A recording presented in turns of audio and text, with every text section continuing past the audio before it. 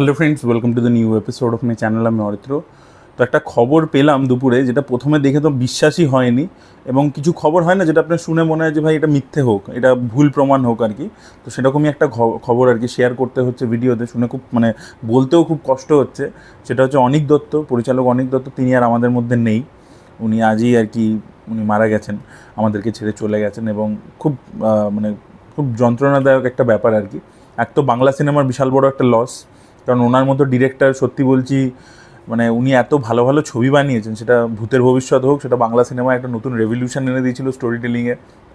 এবং আমি বারবার এই কথাটা খুব ব্যবহার করতাম যে সত্যজিৎ রায় যদি একটা ইনস্টিটিউট হন এবং তার একটা অনেকগুলো ব্রাঞ্চ থাকে, তার মধ্যে একটা ব্রাঞ্চ যদি হিউমার হয়, তো সত্যজিৎ রায়ের ব্র্যান্ড অফ যে হিউমারটা ছিল, সেটা সব থেকে ফার্স্ট বয় ছিলেন হচ্ছেন অনীক দত্ত। উনি বারবার বলতেন সত্যজিৎ রায়ের ঘরানা থেকে উনি প্রচণ্ড ইন্সপায়ার্ড ছিলেন, এবং সেটা তার বিভিন্ন কাজে রিফ্লেক্ট হতো। সেটা ভূতের ভবিষ্যতেও ছিল। তো ভূতের ভবিষ্যৎ আউটস্ট্যান্ডিং। এবং যে স্টাইল অফ একটা নতুন আর কি হিউমার উনি নিয়েছিলেন, স্যাটায়ার ইত্যাদি, ডার্ক কমেডি, সব কিছু মিলিয়ে ইট ওয়াজ আউটস্ট্যান্ডিং। এবং তারপরে যে ছবিগুলো ধরুন অনীক দত্ত সেই লেভেলের হয়নি, ভূতের ভবিষ্যৎ স্ট্যান্ডার্ডের হয়নি, সেগুলোও কিন্তু খুব ইন্টারেস্টিং কাজ ছিল। যেগুলো ওই লেভেলের নাও হলেও, যেরকম ধরুন এই যে মেঘনাদ বধ রহস্য বলে যে ছবিটা, সেইটা আইডিয়া লেভেলে খুবই ইন্টারেস্টিং একটা ছবি ছিল। হয়তো ওভারঅলে সিনেমাটা অতটা ভালো হয়নি, but it was great film. ঠিক আছে। তারপরে বরুণবাবুর বন্ধু, আউটস্ট্যান্ডিং ফিল্ম। এবং এখান থেকেই যে বিষয়টা ঢুকে পড়ি, বরুণবাবুর বন্ধু বা ভবিষ্যতের ভূত, এই ধরনের ছবি উনি কিন্তু যেটা ওই যে বলে না যে ভুলকে ভুল বলবো, আমার ভাই যায় আসে না কিছু।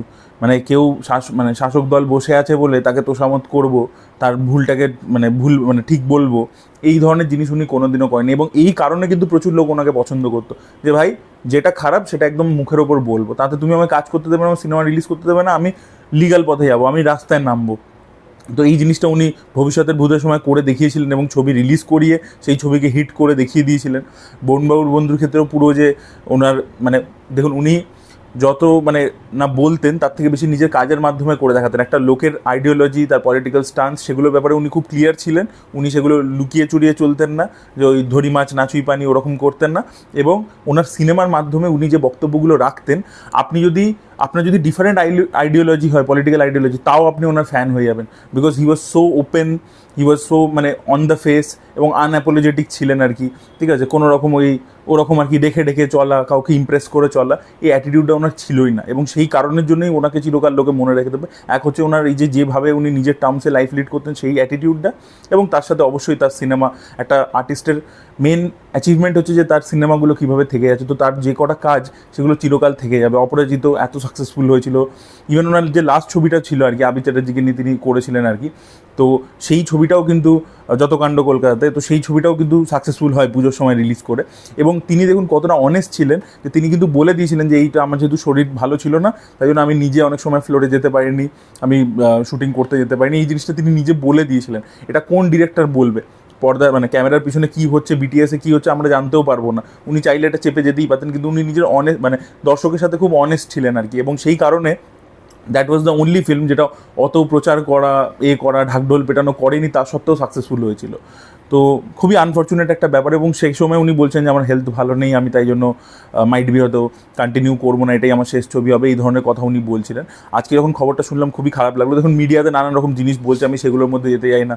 এই যে 6 তলার উপর থেকে উনি ফ্ল্যাটে গিয়েছিলেন, একটা ফ্ল্যাটে ওনার ওয়াইফের সাথে দেখা করতে আর কি, এবং সেখানে ছাদের উপর থেকে তিনি পড়ে যান, তারপর তাকে একটা বেসরকারি হসপিটালে নিয়ে যাওয়া হয়, এবং সেখান থেকে নানান জিনিস উঠে আসছে, যে ওনার ট্রিটমেন্ট চলছিল, নানান রকমের অ্যাঙ্গেল উঠে আসছে, যেগুলো মিডিয়াতে বলছে। এগুলো তো আমি সবই নিউজ চ্যানেল থেকে এগুলোর মারফতই জানতে পারছি, যে ওনার প্রেসক্রিপশনও পাওয়া গেছে, এই ধরনের জিনিস। তো যদি কোনো রকম রহস্যর বিষয় থাকে, কিছু থাকে, সেগুলো আশা করব ভালো করে ইনভেস্টিগেশন হবে, সেগুলো সামনে আসবে বারবার। তবে আমি এইটাও এক্সপেক্ট করবো যে মিডিয়া এটাকে নিয়ে একটা হয় না যে মিডিয়া আজকাল তো জানেন তো, যে আপনাকে ন্যারেটিভটাকে স্প্রেড করতে গেলে, নিজেরটাকে টিআরপি হাই করতে গেলে, কারণ সবাই খবর বলছে, তো সেখানে তারা ওটাকে স্পাইস আপ করতে শুরু করে, নিজের অ্যাঙ্গেল, নিজের ন্যারেটিভ তৈরি করতে শুরু করে। তো আশা করবো সেটা মিডিয়া করবে না। ঠিক আছে। তার ছবি সার্কুলেট করে দেওয়া, সোশ্যাল মিডিয়াতে ভাইরাল হয়ে যাওয়া, ঠিক আছে। তো এই ধরনের জিনিসপত্র আশা করবো লোকে করবেন না, সেই রেসপেক্টটুকু তাকে দেবেন। তিনি একজন বড় আর্টিস্ট ছিলেন। এবং অনেকেই গেছেন আর কি টলিউড থেকে, শেষবারের মতো হসপিটালে গেছেন, এবং ওনার মেয়ে তিনিও আসবেন খুব শীঘ্রই। এরকমই একটা, আমি এগুলো সবই নিউজে দেখলাম আর কি, ফার্স্ট হ্যান্ড ইনফরমেশন নয়, অবশ্যই নিউজের মারফতই দেখলাম। তো খুবই খারাপ লাগছে, খুবই ডিসহার্টনিং ব্যাপারটা। তো আশা করব যদি কিছু রহস্য থেকে থাকে সেটা ইনভেস্টিগেশন হবে। এবং যাই হোক, মানে শুনে খুবই খারাপ লাগছে। এবং ওনার সাথে আমি কয়েকবার ইন্টারভিউ করেছি, আমার দুর্দান্ত এক্সপিরিয়েন্স হয়েছে। ফিল্ম কোম্পানির লোকাল যে চ্যানেলটা ছিল সেখানে একটা ইন্টারভিউ আছে ঠিক অপরাজিতের সময়, সেই ইন্টারভিউটা দেখতে পারেন, খুব মজা লাগবে আপনাদের। উনি রিয়েল লাইফে ওনার যে সেন্স অফ হিউমারটা আর কি সিনেমাতে রিফ্লেক্ট হয়, সেটা ওনার রিয়েল লাইফেও ছিল আর কি। উনি খুব মজার কথা বলতেন আর কি। তো সেটা আবার যখনই দেখা হয়েছিল কয়েকবার সামনাসামনি কোনো পার্টি ইত্যাদিতে, তো সেখানেও মানে খুব এইভাবে কথা বলতেন। খুব ভালো মানে খুব মানে যতবার দেখা করেছি মানে খুব দারুণ একটা কিছু হয় না, আপনি কিছু লোকেদের সান্নিধ্যে আসেন, আপনার খুব ভালো লাগে, আপনার মনে হয় যে না মানে এই লোকটা দারুণ আর কি, মানে I will look up to him. তো সেই ব্যাপারটা ওনার মধ্যে ছিল। তো আজকে যখন এটা মানে দুপুরে শুনছি খবরটা, মানে মানে এত মানে শকিং লেগেছে, প্রথমে তো আমি বিশ্বাসই করিনি। তারপরে যখন প্রথম দেখলাম খবরটা, আমি দেখবেন ওই জন্য ভিডিও দেরিতে বানাচ্ছি, আমি সঙ্গে সঙ্গে ভিডিও বানাইনি, আমি আগে চেক করছিলাম যে সত্যি এটা হয়েছে কিনা। তারপর দেখলাম যে না, ওনাকে হসপিটালে নিয়ে গেছে, এখন অবধি কিছু সামনে আসেনি। তো তাই জন্য আমি তখন ভিডিও বানাইনি, যে হয়তো মাইট বি হয়তো কোনো অ্যাক্সিডেন্ট হয়েছে, মিডিয়া তো একটু বাড়িয়ে ছাড়িয়ে বলার ব্যাপার আছে। তারপর দেখলাম যে না, ধীরে ধীরে ব্যাপারগুলো সামনে এলো, আরও নিউজ ফলো করলাম যখন কয়েক ঘন্টা, তো তখন দেখতে পেলাম আর কি। তো ফাইনালি ভিডিওটা বানাচ্ছি। খুবই ডিসঅ্যাপয়েন্টিং একটা ব্যাপার আর কি, খুব শুনে আর কি মনটা খারাপ হয়ে গেল। এবং it's a loss for cinema, it's a loss for Tollywood. এবং একটা খুব ফিল্ম মেকার ছাড়াও একটা যে মানুষ যে আর কি একদম স্পষ্টভাবে কথা বলছে, যেটা খারাপ দেখছে সিস্টেমের, যেটা খারাপ দেখছে গভর্নমেন্টে, সেটার বিরুদ্ধে কথা বলছে আর কি। মানে ওইরকম নিজের সিদ্ধারাটা আর কি বিকিয়ে দিচ্ছে না, সেই ব্যাপারটা, সেই যে অ্যাটিটিউডটা, মানে এরকম লোক থাকলে আপনিও দেখে ইন্সপায়ার হন না তার থেকে। তো সেই ব্যাপারটা মানে উনি চলে গেলেন, তো সেটা একটা কোথাও গিয়ে একটা ভয়েড তো তৈরি হবে। সো এটাই বলার ছিল। আপনাদের কি ওপিনিয়ন অবশ্যই কমেন্টে লিখে জানাবেন। Thank you.